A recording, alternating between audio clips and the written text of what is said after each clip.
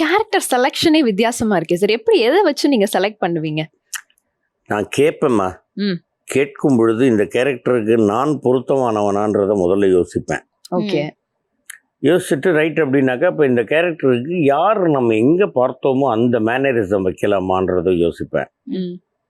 எந்த ஊர் அந்த கதை நடக்கிறது அப்படின்றத கேட்பேன். இதெல்லாம் பார்த்துட்டு தான் இப்போ திருநெல்வேலினா அந்த திருநெல்வேலி ஸ்லாங்கு, மதுரைனா மதுரை ஸ்லாங்கு, மெட்ராஸ்னாக்கா அந்த மாதிரி அப்படி இப்படி செலக்ட் பண்ணுறது தான்மா அந்த கேரக்டர். ஏதாவது அதுக்கு ஈக்குவலாக ஏதாவது ரெஃபரன்ஸ் பார்ப்பீங்களா சார்?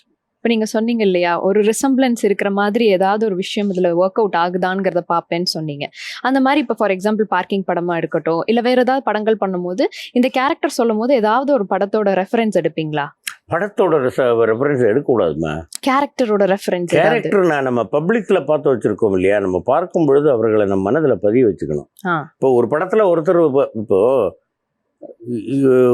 ஒரு பெரிய புகழ்பெற்றவங்க வந்து ஒரு கேரக்டர் நடிச்சிருக்கிறாங்க, அதே மாதிரி காப்பி அடிச்சு நான் இன்னொரு படத்தில் நடிச்சேன்னாக்கா அதே மாதிரி நடிச்சிருக்க அவர் மாதிரியே நடிச்சிருக்காருன்னு சொல்ல போகிறாங்க.